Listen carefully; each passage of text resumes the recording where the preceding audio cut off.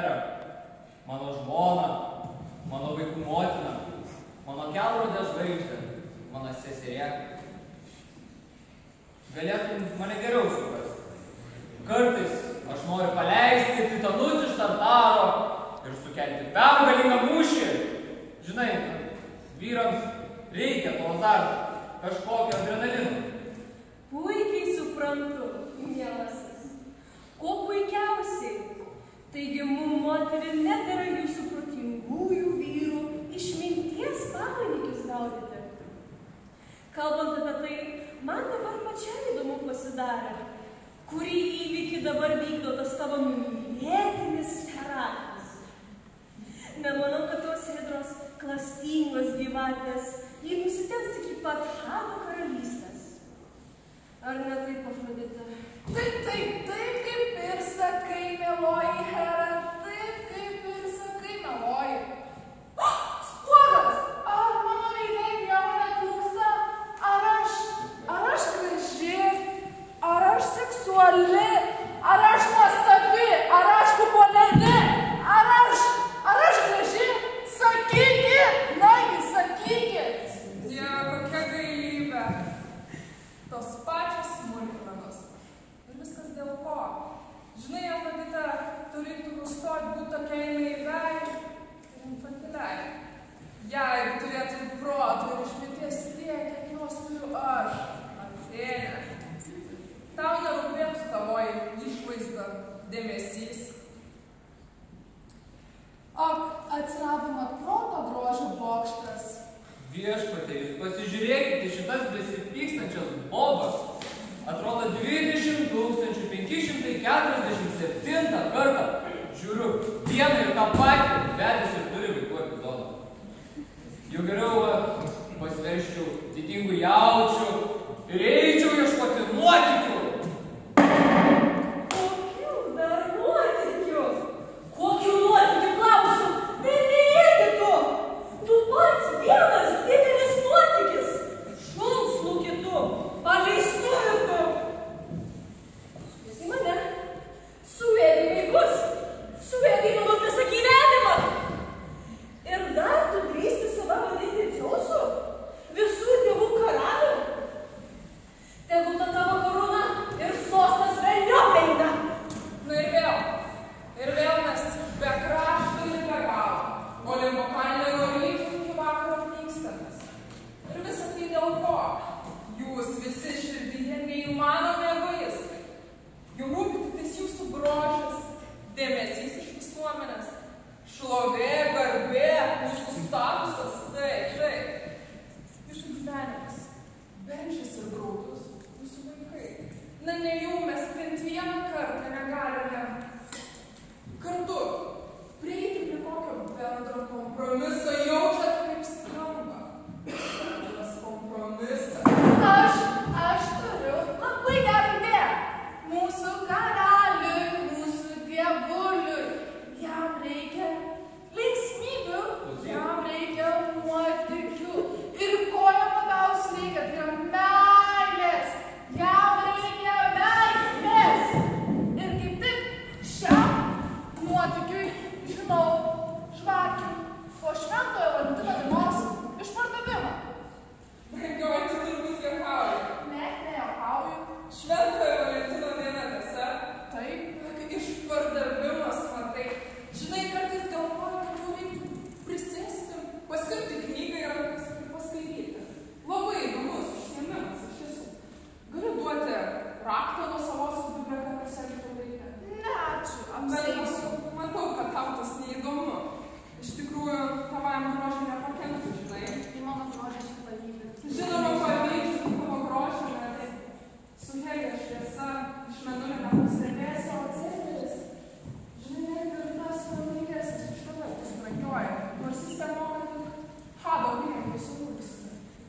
Suėdė vaikus, suėdė mane, suėdė visą pasaulį, antiką, kultūrą, mokytojo profesiją, suėdė pasaulį nuo Vilniaus iki Klaipėdos. Va aš anksčiau maniau, kad buvo programa, buvo tvarka, Žmonės ir tėvai gyveno dvasiai ir roliai. Viešpatie, kaip mano jas jau skauda galvą. Veidrodėli, kas pasaulyje gražiausia? Kogito ergo sum. Mąstau. Vadinasi, esu. Suėdė mane, suėdė vaikus, suėdė visą Antiką. Kogito ergo sum. Mąstau. Vadinasi,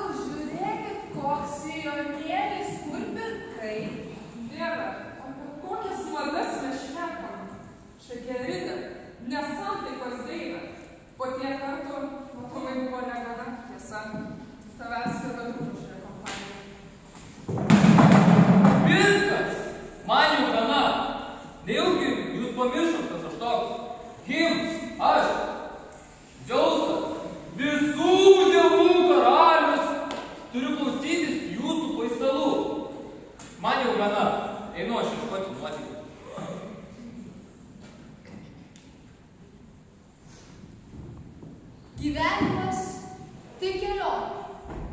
Vieniems jis lengvas ir malonus, kitiems sunkus ir negailestingas. Tačiau, kad ir koks jis būtų, mes negalime jam pasiduoti, nes tik nesklandumai suteikia mums stiprybės ir išminties. O štai čia atnešiau jums olą. Skintasis gražiausiai. Tikiuosi, jis įneš jūsų gyvenimą šiek tiek prasmės.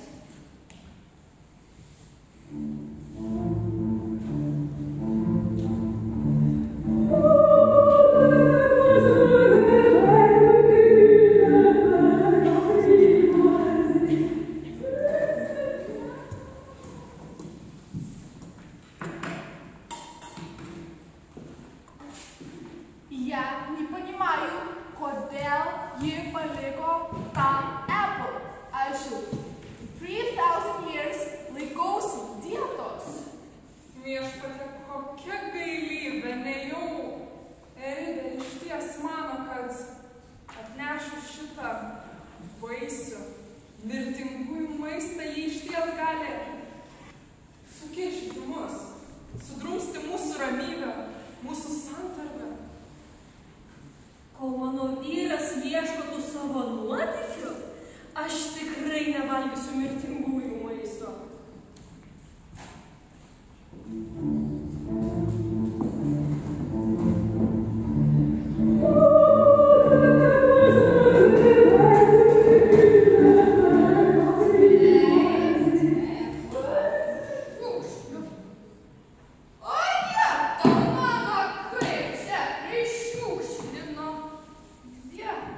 Pavaidina to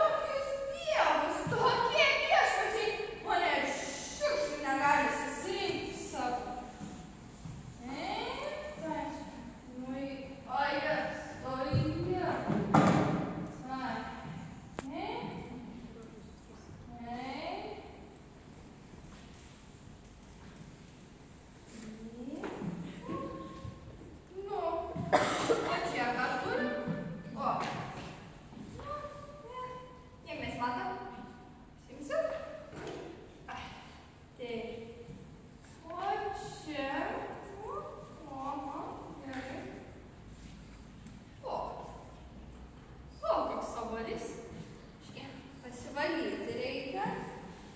Taip. O žinote, kokia šio obuolio prasmė? Vieni sako, kad dėl jo subrės Trojos tvirtovių sienos. Kiti, kad karas atneš šimtus didvyrių vardų. Ama? O man jis yra tik maistas skrandžiui iškimšti. Ir koks turtingas? Na, kaip visas mūsų gyvenimas, jeigu tik mokame juo mėgautis.